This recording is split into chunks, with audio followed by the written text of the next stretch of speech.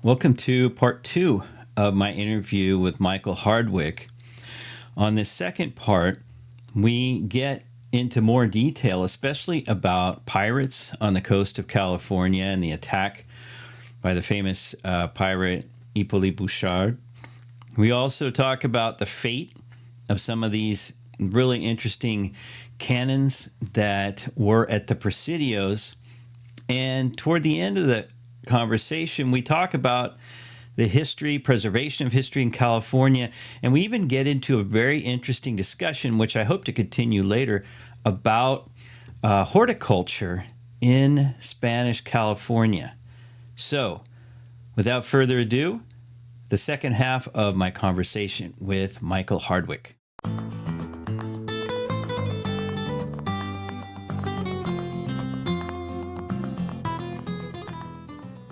Can you talk a little bit about Bouchard, who he was, this pirate that came down, The down coast. the coast? Originally, I think he was with Napoleon, but he got a letter of marque from Argentina to prey on Spanish shipping. So he put together a fleet in Hawaii and decided to come raid the coast of California. Uh, so he started up in Monterey, and they had a big sea battle there. And he actually captured the town of Monterey, chased the governor out.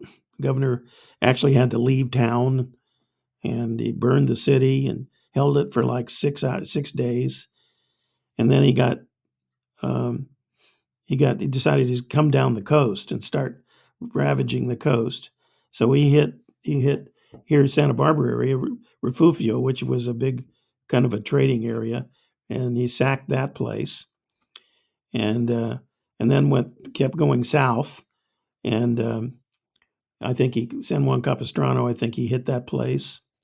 So anyway, this got the viceroy all up in arms, and um, we didn't really have the forces available to fend off this sort of invasion. So they decided they needed to put some defense up in this area. Now we're talking 1803 or four, or what is it, 18? I don't have my dates right. What was it? It was it 1818, right? Maybe it was 1818. Uh, Yeah. So we're pretty late in the period, in the Spanish period.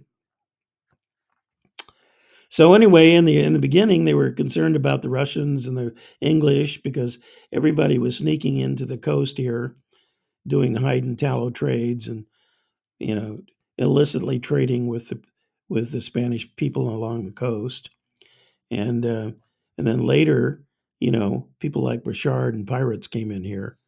So it was a big tug of war to try to hold on to this territory. So the emphasis after the 1790s was uh, trying to keep the place from taken over by seaborne invaders. And prior to that, it was, possible revolts of native peoples. should we go to the next one? Yeah. Well, now we get into the Spanish cannon, the removal of them from California. The top picture there, you see the invasion of Monterey in 1845, and they capture uh, they capture a lot of the cannons at that point. Um, and Let me see if I can get something in the book here that talks a little bit about that. Yeah, so that's a watercolor at the top of the assault done by William Henry Myers. This is in the book in 1842.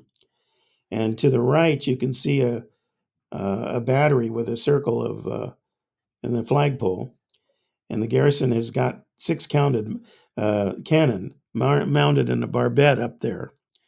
And so these are the cannon that they when they stormed that, and and this is what they found when they stormed it from the Alonzo Jackson. This is in the book, page 105. So the stormers marched up to the fort, which was situated on a high hill fronting the sea.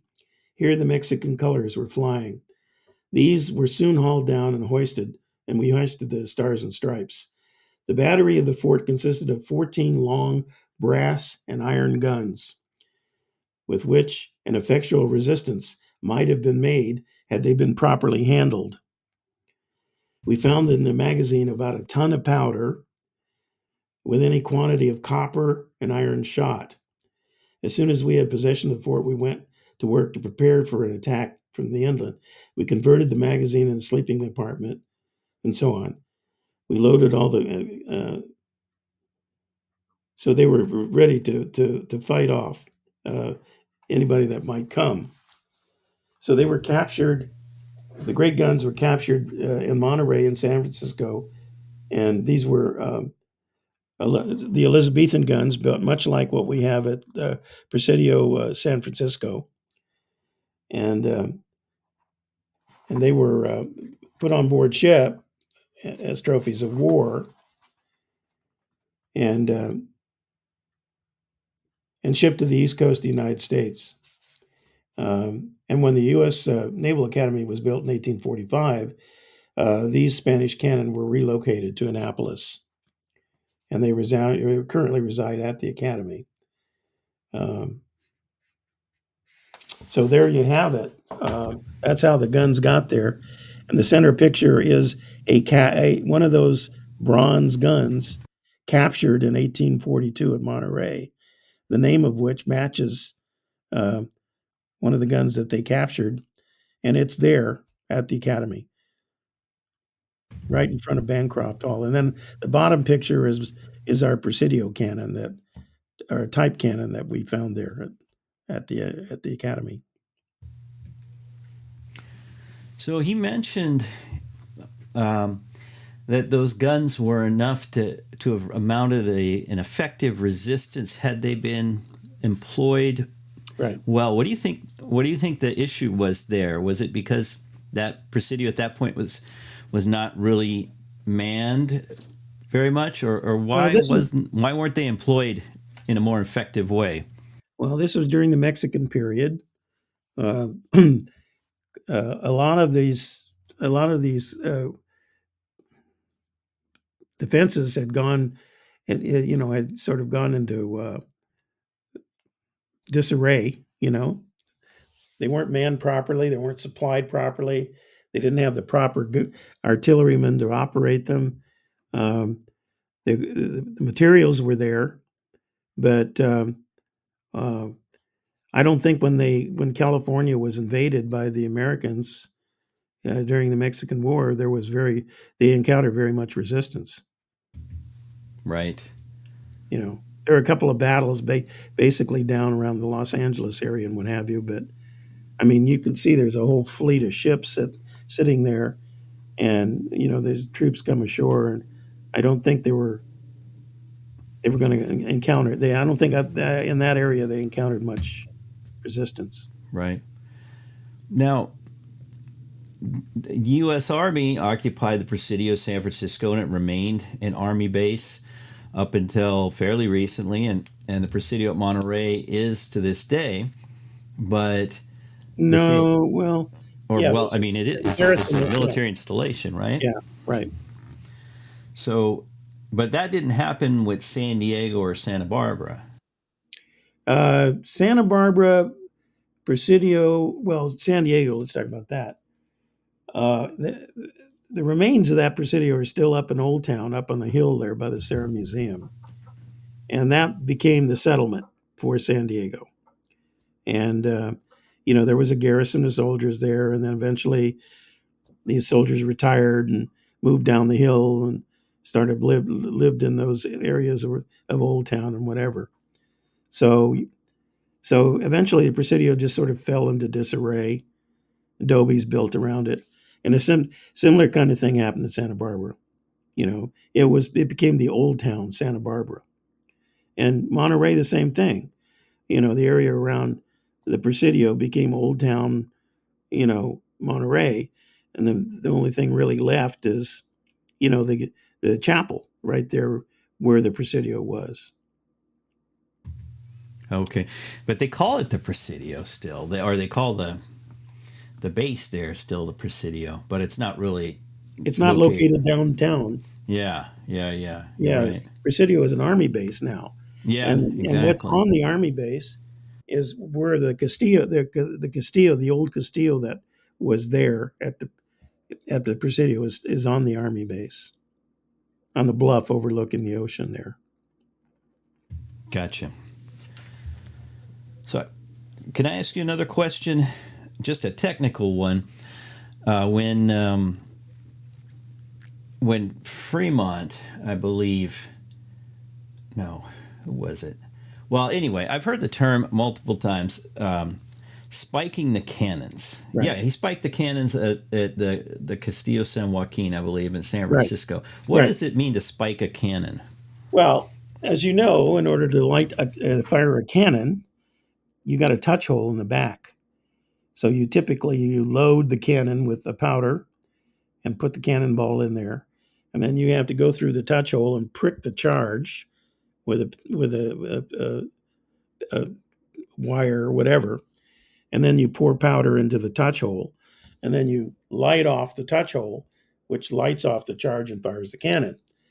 So if you're going to spike the cannon, what you do is you go up and you block the touch hole. So what they would typically do in order to render a gun useless is go up and drive a nail into the damn touch hole to effectively prevent it from being fired.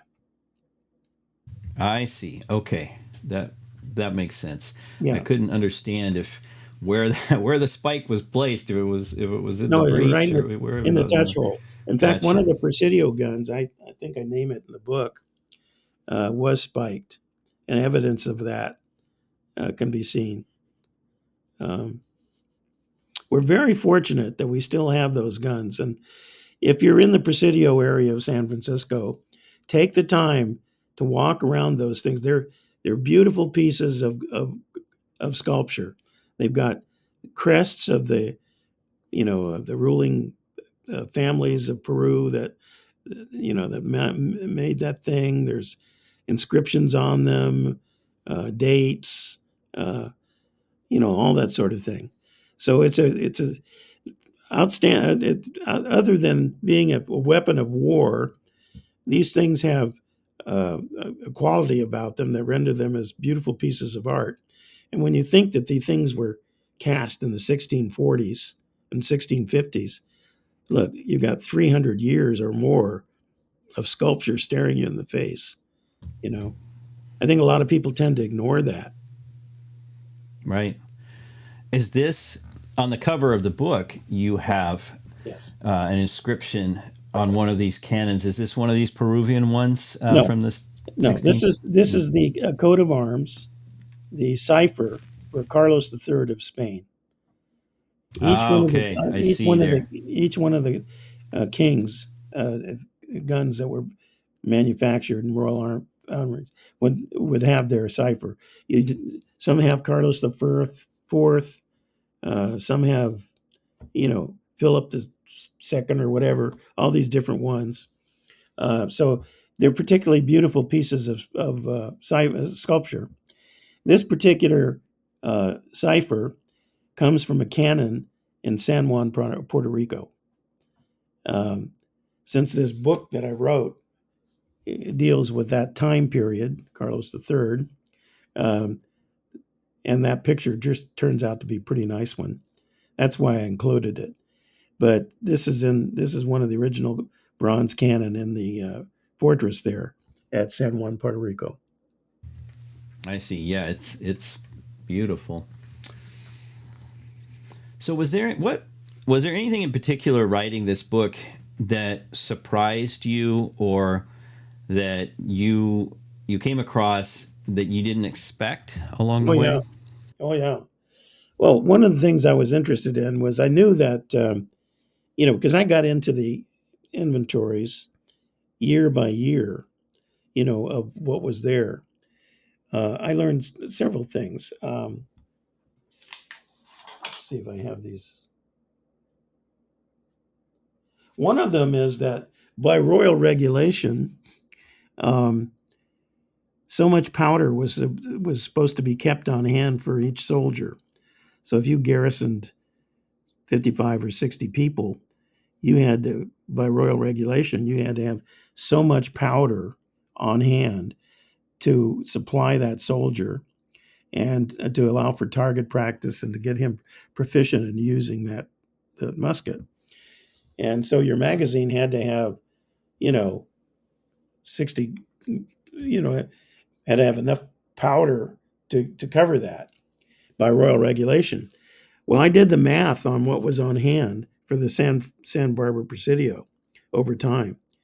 And they started out below what they needed. But as time went, they built up their stores and ultimately wound up with more powder per man than they were required to have.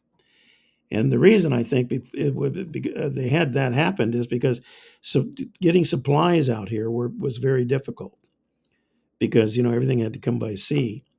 So they overstocked when it came to powder uh, for these garrisons on this coast. That came out as a result of the study. And then I discovered things like, gee, we not only had brown shot for our cannon, but they also had grape shot. So they had prepared charges available with grape in them, like a big, when you fire a shotgun kind of thing, only cannon size. So they had grape shot rounds available. Um, Fireworks. It surprised the heck out of me to see all these fireworks. And, you know, uh, they kept they kept up on their supplies of muskets and modern ones. So, when the old ones would wear out, they'd get a new shipment in of new muskets and issue them. They kept very, very close control of their powder stores. They inventoried it. They checked out only so much, and then the unused cartridges and powder was checked back in again.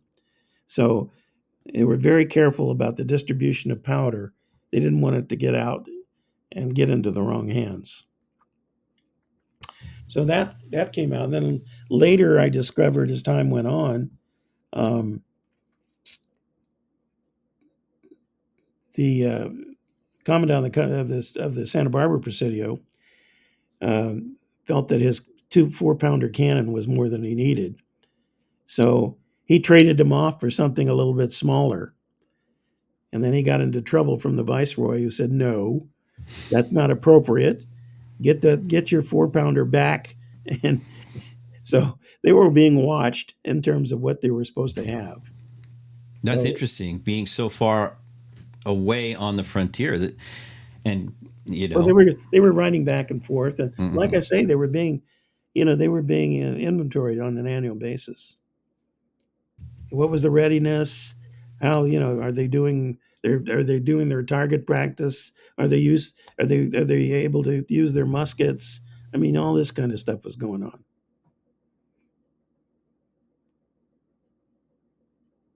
I'm losing you. Can you hear me? Yes, I'm No, sorry, I had myself muted. That probably ended fairly abruptly in 1820 or 21. Am I right? I That. don't know that it ended abruptly. It Mm, changed. It became harder and harder to get supplies. right. And Mexican period during the Mexican period, there was a different shift. The governors were more interested in uh, secularizing missions and distributing territory back to the locals and that sort of thing. So it became more difficult to maintain an army. Although they did keep a garrison going here for quite a while, you know, and it wasn't always staffed by leather jacketed soldiers. Later, they brought in different types of infantry. Mazatlan and Escuadra de Mazatlan was here for a while.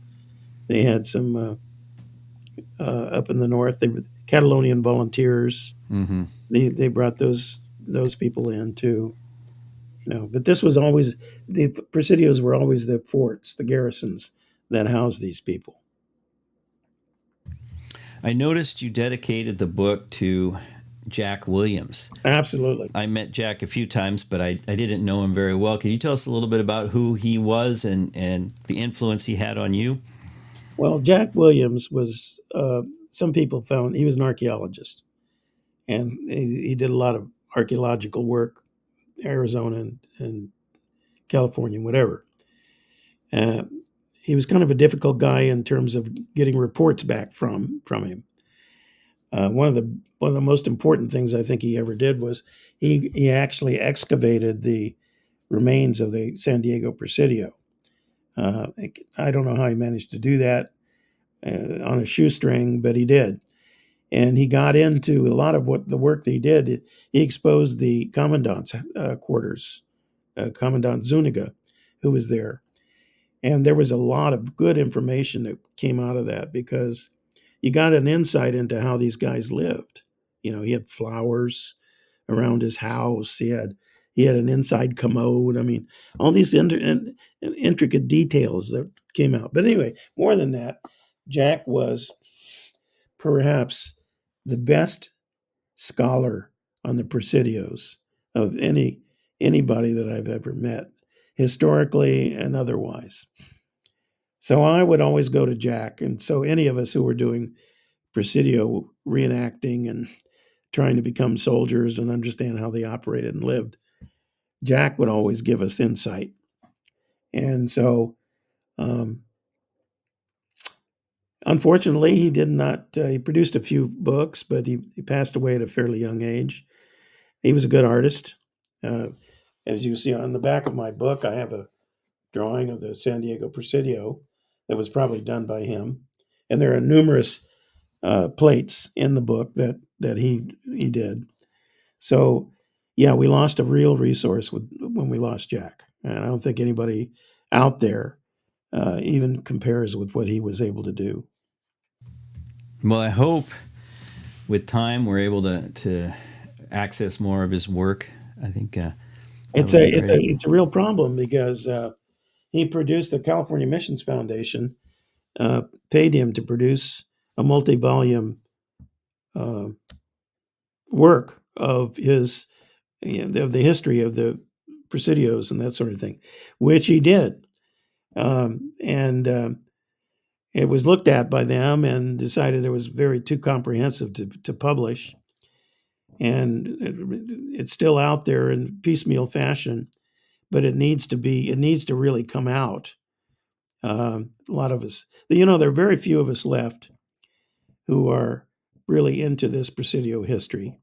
Unfortunately, it's as time has gone on, the focus of historians has been other things, and this period of history is kind of, you know, um,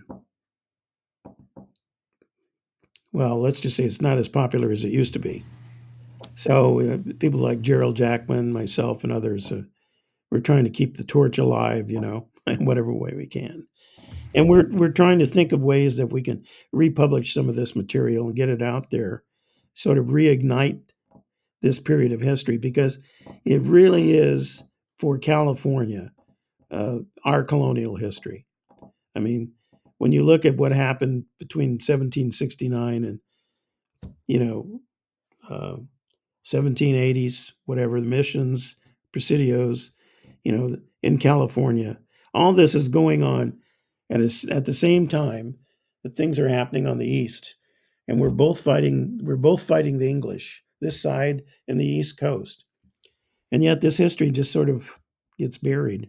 The people that only want to carry it forward seem to be the descendants, and they're so wrapped up in their genealogies that they lose track of the historical components of what happened there. So that's where I've dedicated my efforts in my life, and that's probably I'll die writing books about Spanish colonial history. That we need more people out there doing it. Yeah, I have hope. We might be at a low ebb right now, but I do see it, even through this podcast and other things. I see people coming out of the woodwork who Good. find it very interesting, and also, military history seems to never go out of style, and Civil War history, for example, is still immensely popular. So hopefully there'll be a revival because California is growing. I hope we might be at a low ebb right now, but I think in the long term I have hope I But hope so. Yeah, we're trying to do it. We're trying to get Jerry wants to start this thing he calls a Presidio initiative, mm, which is like a focus on that. But we're looking for a home for that, and trying to involve people who have similar interests and get them going. Um, during Bolton's time at the University of California, historically they produced a lot of good histories, in-depth sort of studies, and that sort of is eclipsed. It's gone with the sort of we're living in a flatlander society today. It doesn't like to look back much, um, but there's a rich colonial California history that really needs a focus. yeah, well, we're doing our best here to try and share it. And Well, hopefully people get interested in this book. It's not just about cannons. It's about um, it's about what it took to support those garrisons, and there's even lists of soldiers in there. Uh, so people who are descendants could go back and see if their descendant is on one of those lists. You know, now, can we get it anywhere? Can we get it on Amazon or any other place? it Or actually where should we hasn't. order it? Yeah, it actually hasn't. I'm trying to get my publisher to go to Amazon, but currently it's available through specialbooks.com. I'll put the link on the website and in the show notes of this Okay. episode. Okay. Yeah, that's good. And I'm trying to get it. I mean, if bookstores will carry it, my publisher will give them 40% discount on orders of 10 or more. I've Well, just, I think it's ideal for all of the state historic parks, the missions, all of those places should have it, and any bookstore owner who's listening that's interested in California history, please stock Spanish Arms and Armaments of the Presidios in California by Michael R. Hardwick. and it's printed in full color. I sent you an ebook, and the print is really big and good. It's almost a good picture book as well. So um, I did 200 copies, and as soon as they're gone, I'll do 200 more. So we just Good. keep it out there. Well, Mike, I want to thank you for sticking around here for so long, but mostly thank you for writing this book, which I think is going to be a very great contribution to our history in California. And for anybody interested in California history, military history, Spanish history, maritime history, the list goes on. Right. And it is a beautiful book. And then, of course, your work for the state parks, for Well, the I Santa did. Barbara. Yeah, I was I think what started me on this, I went to work for the California state parks up at La Purísima, and I established an archive up there, and I eventually became an intermittent park ranger, and then I uh, had to find a real job, so I went to work for the county, but. And that's where I retired. But my work at La Purísima inspired my other two books. One of which is La Purísima, uh, a book on La Purísima. Um, I have a copy of that book oh, do you? on my bookshelf. Yeah. Yeah, yeah. That turned out to be really popular, mainly because I did it through Images of America, the history press, and they've got a heck of a marketing team. So they're still pushing that thing, you know. So that's the enduring history of a California mission. And then the other thing I noticed at La Purisma was they put in a mission period garden, so that got me interested in horticulture. So my first book was uh, Changes in Landscape, the beginnings of horticulture in the California missions. So that was, what do they grow in those gardens?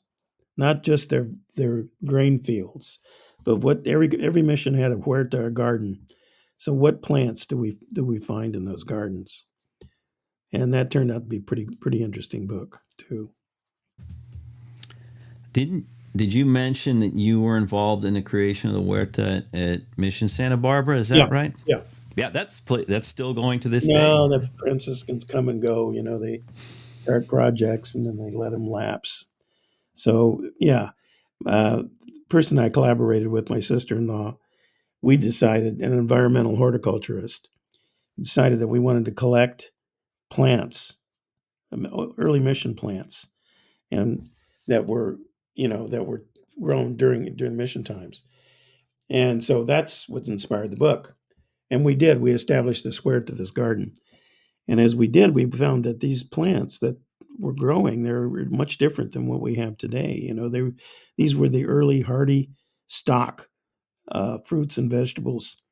And there's a whole genetic thing there. We've genetically modified all this early stuff. So, a blueberry today is 6 times bigger than the blueberry that used to be yesterday. That sort of thing. So a lot of things came out of that. And I think we also inspired a Huerta-like project in Arizona somewhere.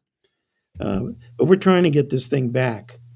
We lost our horticulturalist, and the Franciscans locked the gate, so we can't get back there anymore. But Oh, they're beginning to realize that that they've left something behind that is a potential you know good thing for tours and stuff.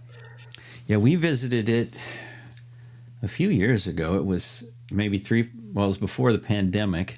Uh-huh. So, and I remember at that time it was really impressive. Oh yeah, yeah. We had bananas in there, and we had some of the early orange trees that have spikes on them, that are much different than the ones today. Um, I even got so interested in this, I found that La Perouse uh, introduced the potato from Peru in California in the 1780s. He dropped off some of them up in Monterey, and they planted them. And so we had, in the northern areas, we had potatoes growing, during that time period. Huh, no idea. Ultimately, the Russians got these things and took them up to Sitka, Alaska, and they all died out here. But the Indians up there kept the potatoes going, and they recently discovered some of these ancient potatoes growing and recultivated them. And so I contacted them, and they sent me some potatoes from Alaska, and we were going to plant them out there, and we did plant them Hmm. in the huerta. Unfortunately, they didn't last because of weather and everything. But I was trying to get the potato back here, to California, the original one. I think you muted again. Ah, sorry. Yeah, so it was too warm. Is that the point? Yeah, yeah, it's a northern. It takes a little cooler climate for those to grow, and but I mean, of course, later they hybridized the things, and we got these monster potatoes now, and original potatoes were little guys, Mm-hmm. but yeah, things like that. I mean, you got into it, and I didn't get that information from original records. I had to get that information from Victorian visits of the missions. They came and they wrote books, and they said, "Oh, the garden is still there at these various missions, and here's what's in it." So from that, I was able to determine, the plants that were at the various missions. Ah, how interesting. Yeah, and yeah, it's amazing because those things went on for a long time. Even our grape stock, uses original mission grape stock, and then he grafts stuff onto it. And so in the Victorian period, there's a pure fusion of plants that come into California. But before that, we're still looking at mission era plants that are growing in and around the various missions. Well, sometime if you've got time, I'd love to ask you some more about that specific topic because that sounds very interesting as well. Well, I put my first book went out to document that, and I have since upgraded it, and that'll probably be my next book. because Okay. we're a revised edition of that book. Well, I'll be looking forward to that one. Yeah, I only had a few missions in it um, originally, but the new one has got virtually all the missions in it. Oh, wow. Okay. Yeah, yeah. Well, Mike, thank you so much for this. I will. I hope everybody goes out and gets the book, and this will be. You can either watch it on YouTube or listen as a podcast, but the images will certainly be available on the video. Okay. So yeah, thank you so much.